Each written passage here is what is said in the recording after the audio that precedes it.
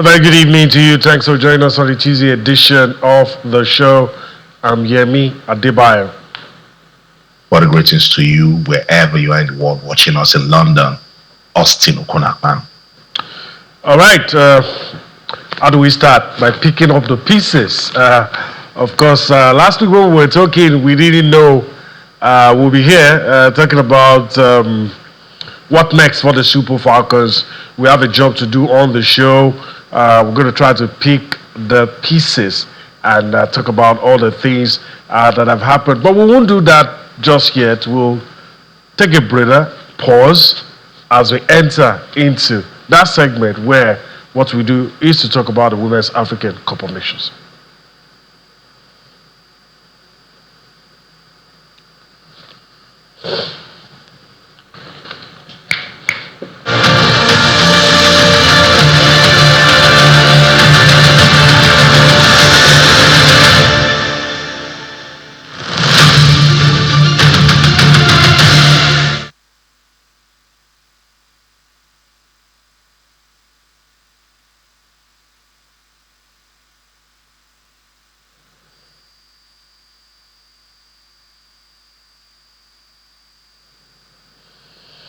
Welcome back. At some point, we hope to be joined by our colleague Cecilia Madugu when she's ready. We'll do that. But let's quickly start off, even as we begin the show tonight. Also, let me ask you: did you see this coming? No, I didn't see it coming. Though it's been a shaky WAFCON for the Super Falcons because of how they started against Malawi. But I thought they could do the bare minimum by beating Cameroon. Not to win the WAFCON, Yemi. Bare minimum is to get to the semi-finals and qualify automatically to the World Cup. That's what I didn't see coming. But you know me and what I say about football, that when you think you know it, football will stun you. But we saw the signs. Didn't we see the signs? The organized friendly with Ghana, you cancel it. You have FIFA International window, you will not use it because you are I am that I am of women's football in Africa. No, people are working. People are trying to get to that level that Nigeria, has reached. And Nigeria is a team to beat. 10-time Africa champions, they were definitely the undisputed queens. So they are the sort of team you must prepare properly. Because sometimes to win is easy. To stay winning is difficult, So I didn't see it coming in terms of that it was going to be Cameroon, that after 19 minutes, that goal was considered in the 19th minute. You want to expect that we have enough to find a way to, break whatever physicality the indomitable Lionesses brought to the game. You want to believe that we can push that game. I'm talking bare minimum. Push it to even extra time. Push it to even semi-finals. That then to even penalties. That's what I didn't see coming. And yeah, I was trying to do my analysis on my socials. And somehow, I tried so hard, but this still hurts. It does. And that's why we're here to ask the questions, what went wrong. And Kehinde Idris joins us now. Greetings to you, Kehinde Idris. Thanks for braving the odds to be with us on the show tonight. So let's dive straight into it. What did you think went wrong for the Super Falcons? Good evening to our esteemed viewers. It's good to be here. I think there gets to a time where your unpreparedness will catch up with you. I think it's just simple. I think sometimes I always feel the quote-unquote god of football is a Nigerian.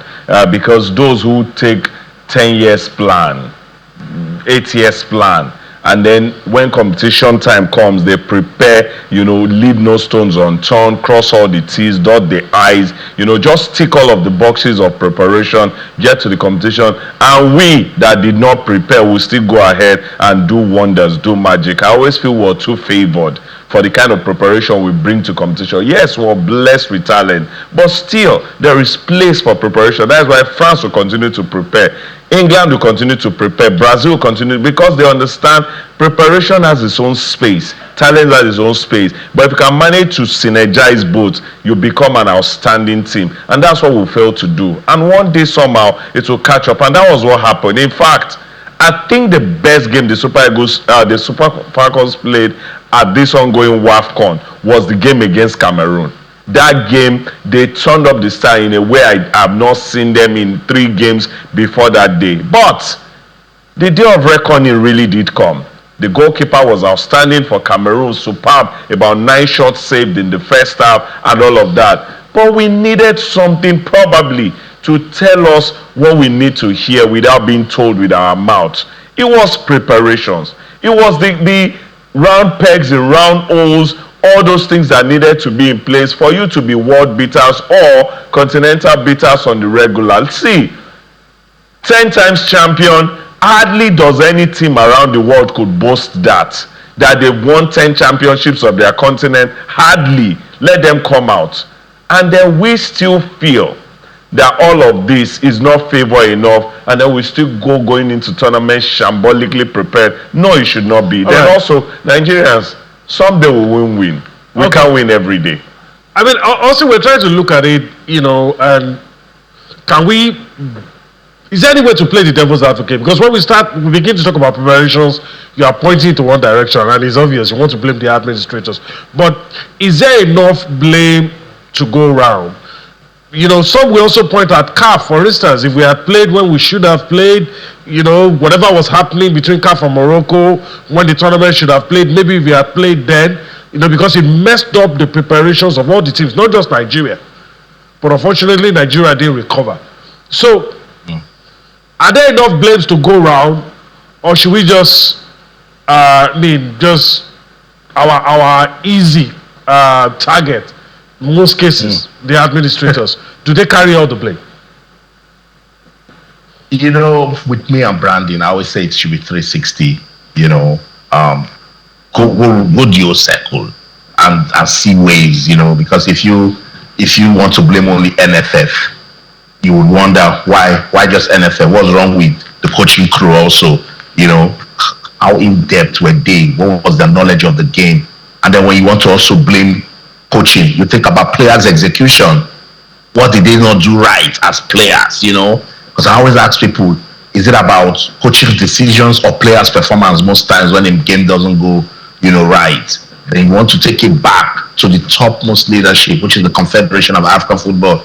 Look at the WAFCON. It's watered down, compared to last year, to the last edition. And it's simply because of that postponement. So lessons they need for CAF also, because psychologically most of the players tuned off. They went to their social media saying, they were ready and this has happened. Why is it only happening to the women and all of that? It affected in some ways. The blames can go round. Even the media. The media. How well are we promoting women's football on the continent? In Nigeria, how many persons give attention to the women's league? How many persons even know what it takes to scout a female player, which requires a lot of work? The fans. Do we only support Super Falcons when they want to go to WAFCON or World Cup? Why can't we ask the NFF questions when they're not doing anything about how to make this team solid? Everybody's shouting Malawi now.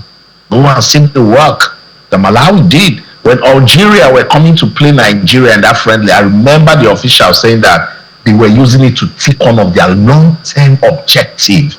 Hello? They started digging deep. For them to play Nigeria, they were taking a long-term objective. Algeria didn't qualify for the World Cup. You see, this is deliberate planning right here, So it will go round and everybody must take their blames. Let's go to Morocco. Our colleague Cecilia Omorbe should be able to tell us, point fingers and say this is where the blame is. Cecilia, good to have you on Sports Tonight.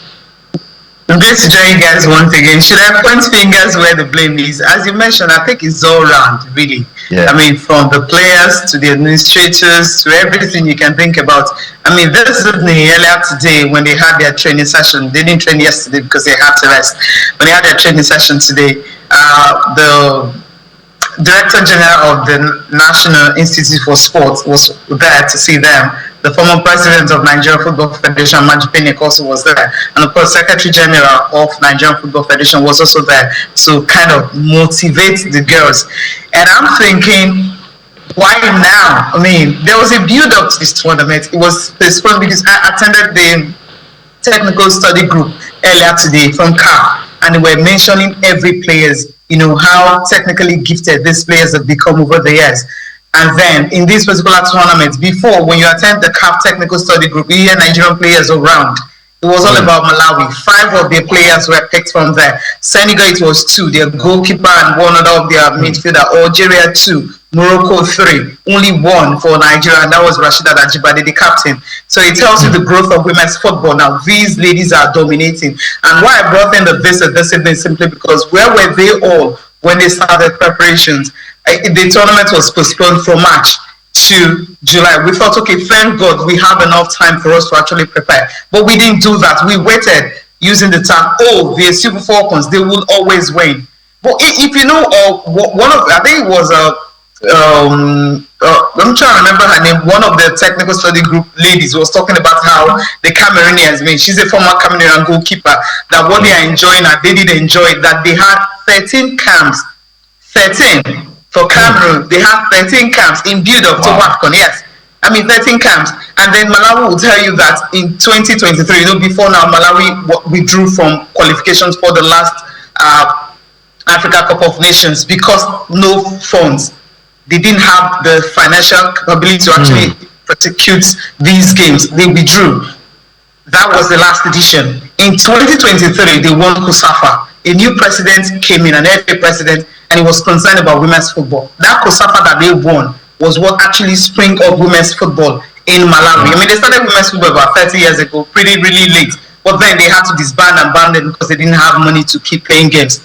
But last year, they started their own league. And what happened? Their central bank in Malawi is the sponsor of the league in Malawi. The national bank is a sponsor. So this is deliberate effort. So these are the things we talked about. When we talked about we have talent, yes, we do have talent. What do you do with the talent? And we've talked about how hard work beats talent. And that's what we're saying. So now, when you have the talent, you do not work hard, you do not have camps, you rely on the same players. They just won the last WAFCON. Don't worry, they'll win it again. But hey, forget, Cameroon had to draft in about 5 of their under 20 players into the national team. I could recognize only 2 players that played in 2016 for Cameroon, just to Gabriela and I think Ngene, just the 2 of them. The current captain. Gabriela was at the press conference today. She was talking about how these new generations of Cameroonians, they don't fear anybody. They came into this tournament telling her that they want to go to the World Cup, that they inspired her to want to come back and play football again. This is what we're talking about. Now we have the conveyor belt. Have we created a system to actually allow these talented players to get into the national team and play? We haven't done that. Now we're looking at under 17 now. They've been in camp for a while. We're seeing stars.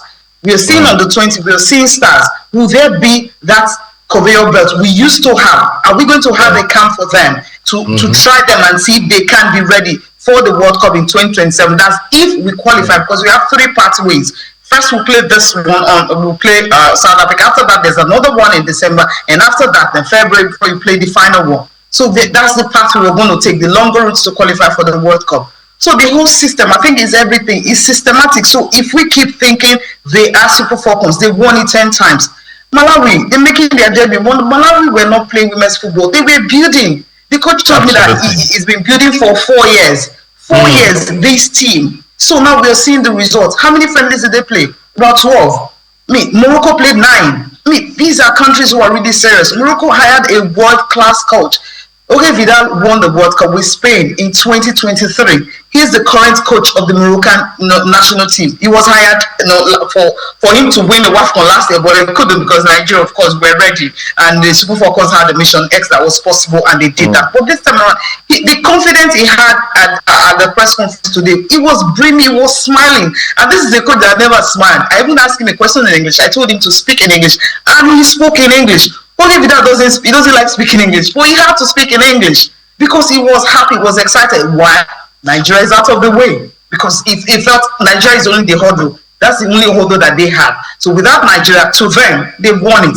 Malawi also are even looking beyond semi-final and looking at how they're going to win the trophy. So the confidence all of them are having now, because Super Falcons are not there. It's palpable that you now imagine These people have invested because of their investments, because they trust their players, because they trust their technical abilities. So they are now ready to say, okay, we'll finally broken the jinx. Let's see how we can get the trophy and wrestle it from the Super Falcons. And if this continue, I bet you, Austin, World Cup is next. The next one is 2028. It's going to be difficult, really. Cecilia, I really feel, I feel for you. I feel for everyone out there, that had some objective of covering the Super Falcons, going all the way, particularly in picking a ticket to the World Cup, the Super Falcons. It's end of the road at the 2026 Women's Africa Cup of Nations. What went wrong in that journey? Let's listen to Coach Justin Madugu. First of all, I want to apologize to Nigerians over our inability to win today's game, which would have qualified us for the World Cup. It was not our intention. The ladies did the best that they could, but that's the way the game was destined to go. We apologize, and I take responsibility for that. We still have a second chance, and we'll do our best to see what comes out of it. To the best of my mind, the girls, there's no problem in the camp. There's no camps within the girls. They are all on the same page. They have been working together, cooperating. It's just one of those things that can happen in the course of a game. I'm sure she felt she could score. That was why she made the attempt, and probably would have passed the ball to Aziza, who was in a better position to score. But that is not to say there is any division amongst them. There is no division in the team. And again, well, I wouldn't attribute that to the promises made by the National Sports Commission. If you'll agree with me, in all the games they played, they never created the kind of chances they created today. But it's just that the conversion was not right, and we were not precise and clinical with our finishing, and that accounted for why we couldn't score the goals from the chances that were created. It's just one of those things that happen in football. Thank you, Coach. I quite understand the pains everybody is going through. We all know what it means for all of us as a country. And like I said, I apologize and take responsibility for that. But we still have a second chance, and we'll give it our all to make sure that we do not disappoint and go the same way that the men took. We will do our best and try to get it right to make sure that we go through the playoffs. Well, it's quite natural that when things like this happen, you have to do an overall assessment of the team. What went wrong? What did we do well? Where did we get it wrong? We have to do an overall assessment and then see what we can do within the shortest possible time before the next game against South Africa. There's nothing bad in exploring other players. Chiamaka has been a wonderful goalkeeper, not only in the national team, but even in our club. But like you are saying, anybody can make mistakes at any time, and then it could be costly, just as it was costly for us today. But that is not to say she's a bad goalkeeper. It's just one of those things that is meant to be. The Super Falcons head coach Justin Madugu, he says, Nigerians, I'm sorry. He apologized for what happened in that game against Cameroon that made the Super Falcons crash out of the WAFCON. He said he has taken full responsibility. Coach Justin Madugu went on to say there should be an overall assessment, an overhaul of the team. Coach, it's NFF. There should be overhaul of NFF officials. They should leave, because this is monumental failure at every level. We have failed. Under 17, they failed. Under 20, to 5 now Super Falcons. Is it until NFF buries our football? So that's where we should start from. Sports Tonight, Channels Television. Let's go on this quick break. When we come back on our DSTV platform, it will be inside the Niger Delta, while on terrestrial and the United Kingdom, we will be rocking and rolling with Sports Tonight. Don't go anywhere. Stay.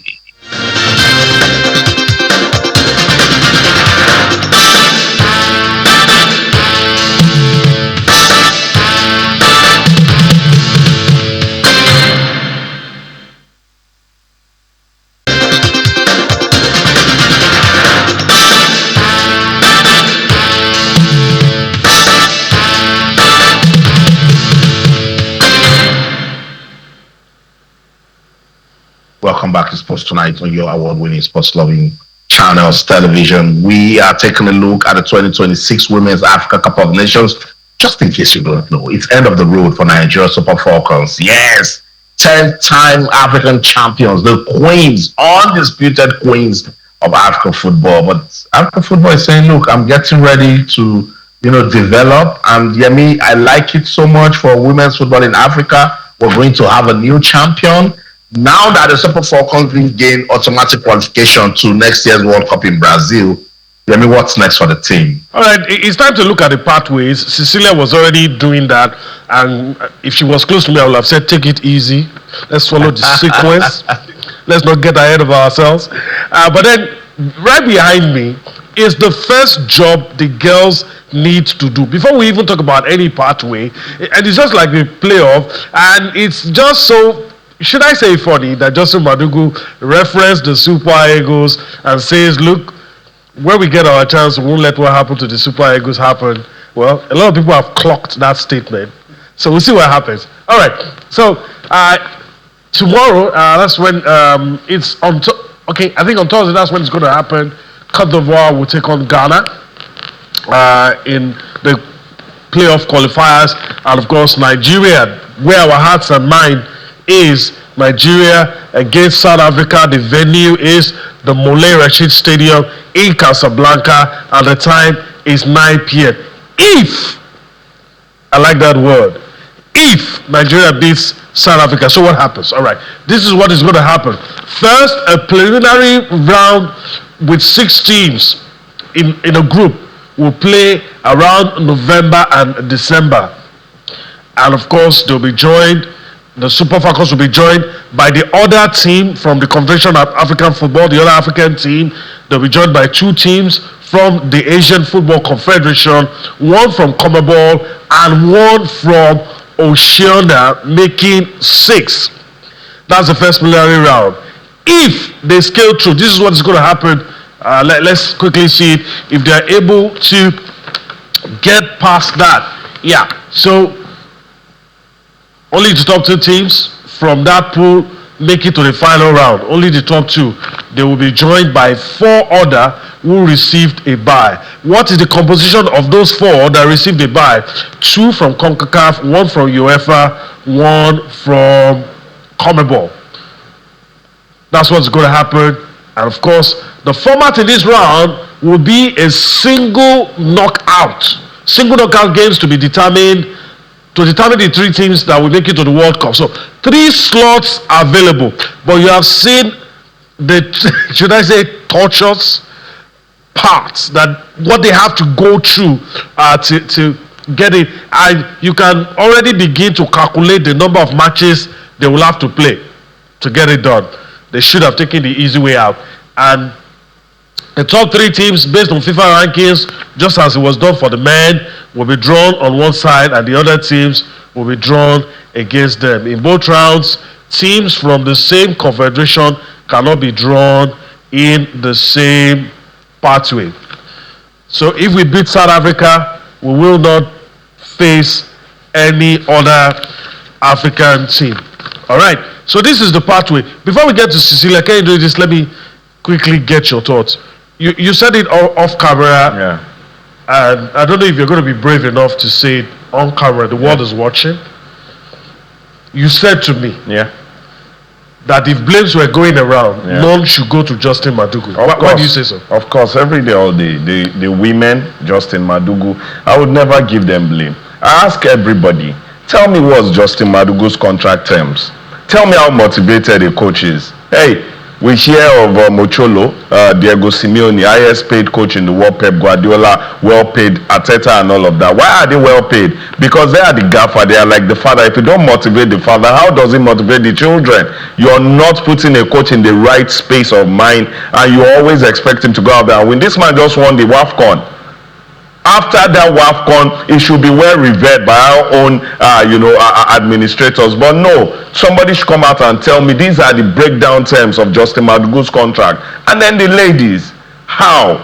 Look at, we're talking of 13 camps for a team Cameroon had 13 camps before the WAFCON. What did our girls have? We will be in Ikene, play home and away game, and then say we are ready for the continental tournament. I won't apportion blame to the coach and the players. No, the administrator should check how do you do things. And for this thing you just read out, they said in Yoruba, they said Iṣẹ́ tó bá le lọ̀lẹ máa ṣe. It is hard work that a lazy person will eventually do. Look at, prepare for the tournament, be at the semi-final, be at the World Cup, chilled. In fact, you will go ahead and probably win the tournament and still go to the World Cup. But look at the pathway you need to go through to be at the World Cup. Now, let's prepare. 1 hour is not always enough when it's time to pick the pieces. And let's not do our viewers a disservice. The WAFCON has not ended. The WAFCON is still going on. It's part of the fact that Nigeria is not there. I mean, before we go to Chile, I don't know if Austin wants to chime in a bit. Of course, we have to talk about the other things happening. Kehinde Idris is adamant that blames can go anywhere, but don't talk about the coach and the players. You know, I in a way, I agree, you know, because I've seen loads of vague criticisms online. Everyone easily wants to jump up, talk about the coach, show disrespect because, of course, he's a local coach, you know. And some people say, oh, why did he call Odega? After I called Odega, and Odega didn't play. And I said, when Eric Shell called Mohamed Usman, that has played football since 90 Kokoro, and he did not kick ball at AFCON, how many of you cried? Because he's not a local coach. That disrespect must stop. Allow the coaches do his job, and Kehinde is just trying to explain to you. Do you know the conditions in which our local coaches work? This NFF that we see that are so irresponsible, that don't respect standards. You think they're going to show respect to Coach Justin Madugu? But the man must work. The man must do something. When Coach Justin Madugu won the WAFCON, they say, oh, it was Coach Randy Waldrum setup. It was Randy Waldrum's players. Just because you don't want to respect the man, can we all just have a moment of silence and reflect on our football and start by holding the leadership of the NFF responsible before you start jumping into coaches and players? I remember when Coach Longmore of Malawi defeated Nigeria and they asked him a question. I said, first, he's so proud of being the coach of Malawi because he has received support from the government of Malawi. They asked him, can you go on to win the WAFCON? He said it was early, but that beating Nigeria is a good way to start. Let's listen to Coach Longmore. He's leading Malawi to the World Cup. And Nigeria. Yes, sir. These are big teams Yes, sir. in Africa when you talk of in terms of women's football. So we cannot underrate between these teams. They're the same, big teams. As I've said, we are always, you know, we came into this tournament as the underdogs, and we're still underdogs until the final game when we reach finals. Because we are very, very, very sure that we're going to reach finals. With God grace, we're going to reach finals. So it's another good day tomorrow, meeting another tough team, another tough country altogether. So we'll fight until the game is. We have been with this project, I think, almost 3 or 4 years altogether.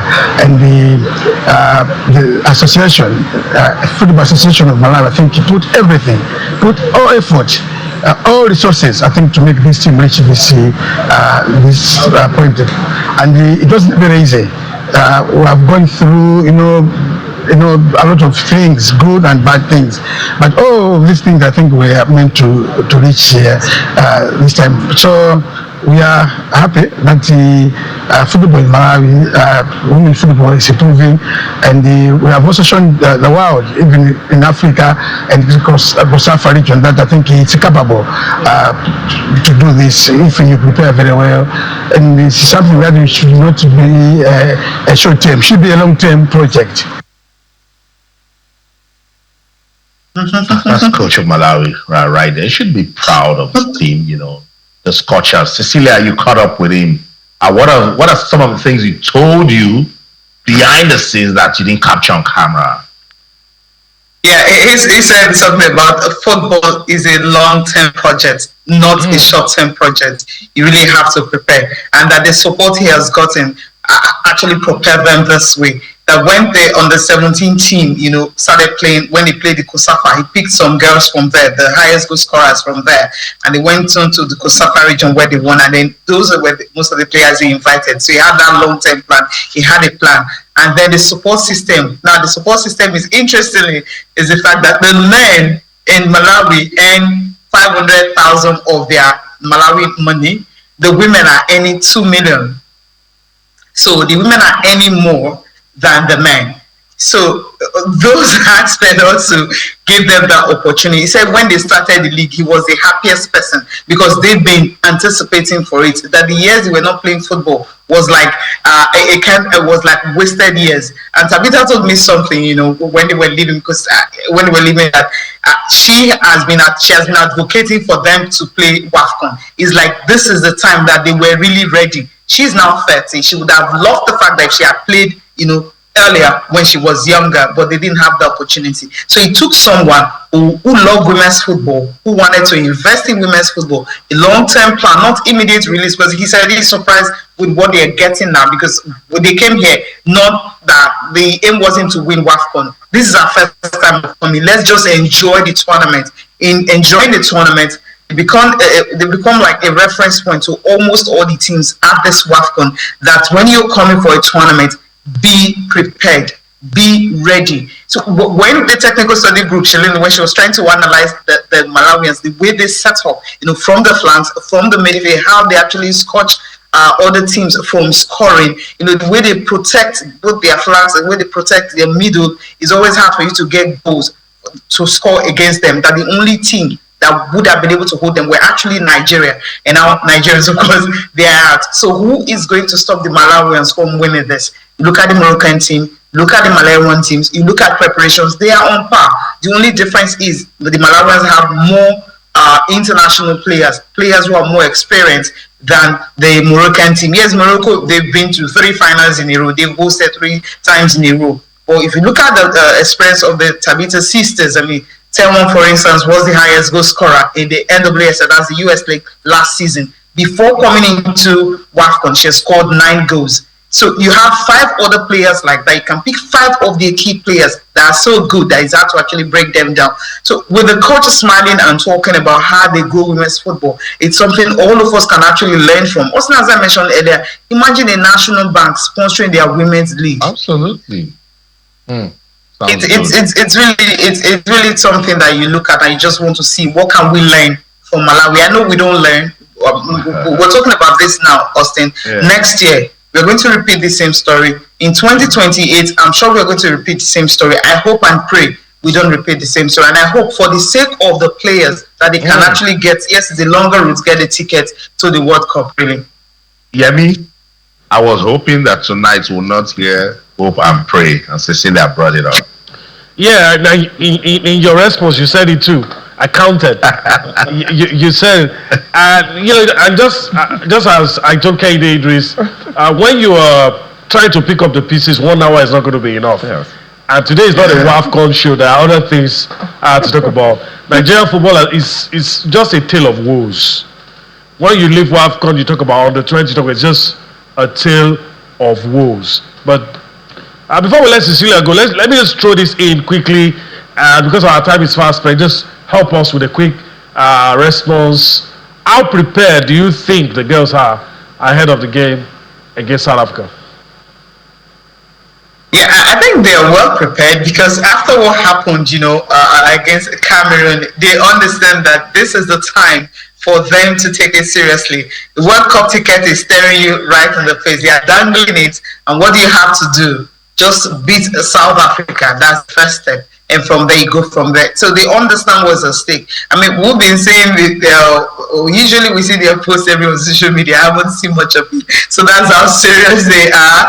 And then the fact that it was hard for most of them to actually stop at the missed zone to talk to players, they were downcast. The captain naturally would always want to talk anytime, any day, but she couldn't do that because she felt this is the time for them to come together. So from what happened, from the miss, from not being able to score, from the mistake from Chiamaka that the whole world is coming, for her. So I believe that from what I've seen in the training, from what I've heard from them talking, I mean, they are really ready to beat South Africa because they believe that they can do it. All they have to do is to come together and be themselves. And of course, they should be able to get something out and then start the journey to a grueling World Cup qualifications for 2027 in Brazil. All right, thank you very much, Cecilia Morogwe. And hopefully, when next we have a chat, it will be that the Super Falcons have turned a corner. Yeah, hoping so. All right, that one again. All right, that's our colleague Cecilia Morogwe, all the way from Casablanca, Morocco. As we prepare to wrap up this segment, let's quickly listen to the Morocco coach, share his thoughts, and of course, what Morocco has achieved in this tournament. We don't feel like a favorite in this moment. We know we have strong teams ahead to play the semi-final. Cameroon do a great job in the competition as we work and perform well in all the matches. I think the semi-final will be a very balanced game, equal game, and will be definitely finishing in little details to decide who win, or Cameroon or Morocco. But I hope, I'm sure that if my team is in our level, we will win tomorrow. Yeah.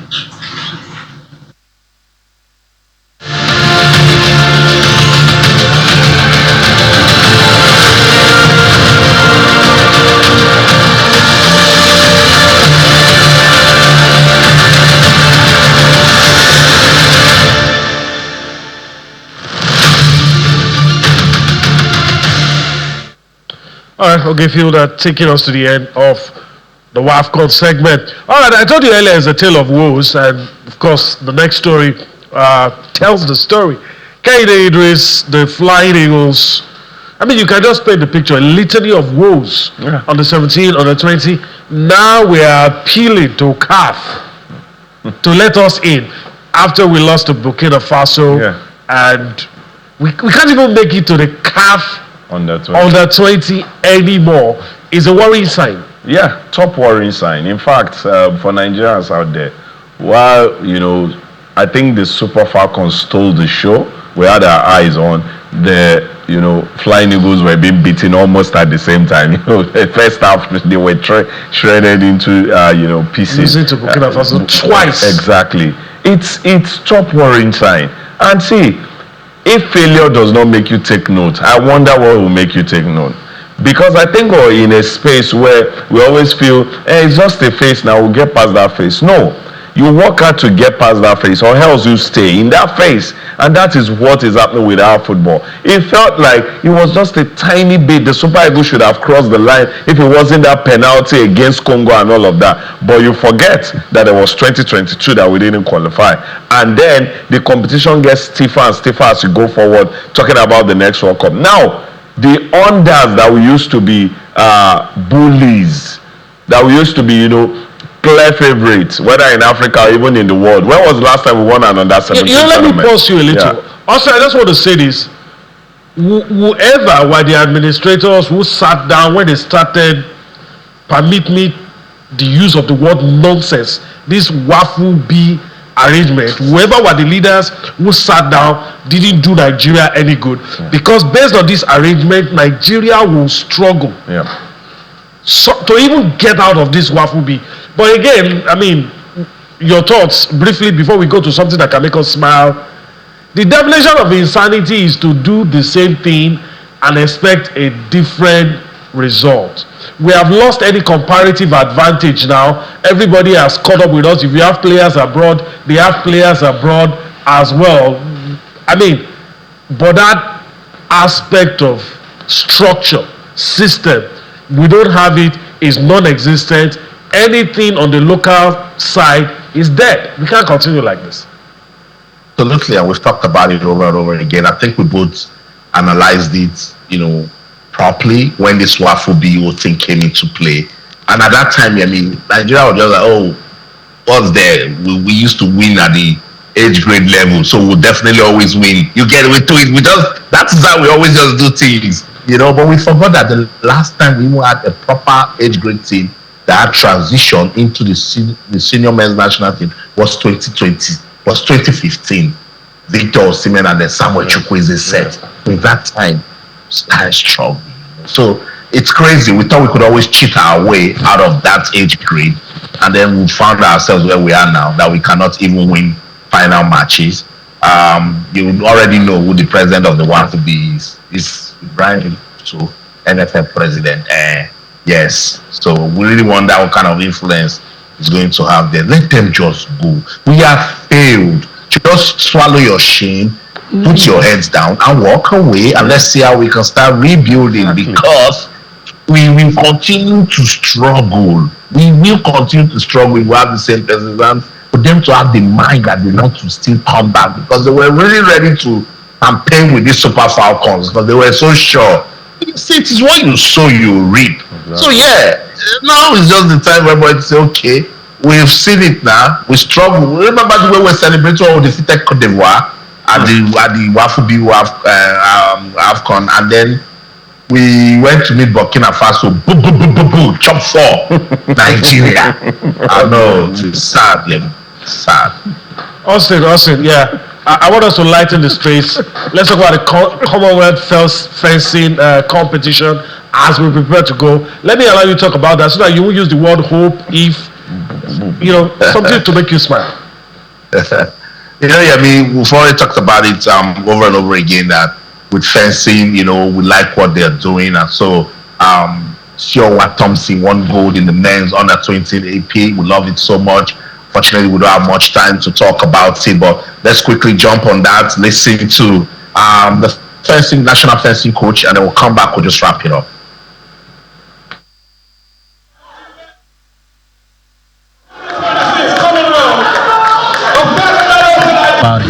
I feel ecstatic. I feel pleased that I was able to show that performance in front of the Nigerians, in front of my family, my friends, my grandparents. It meant a lot. I always make sure that I always prepare a lot before. I never try to underestimate none of my opponents, no matter where they're from, no matter who they are. I always make sure that I treat every match as it's a final.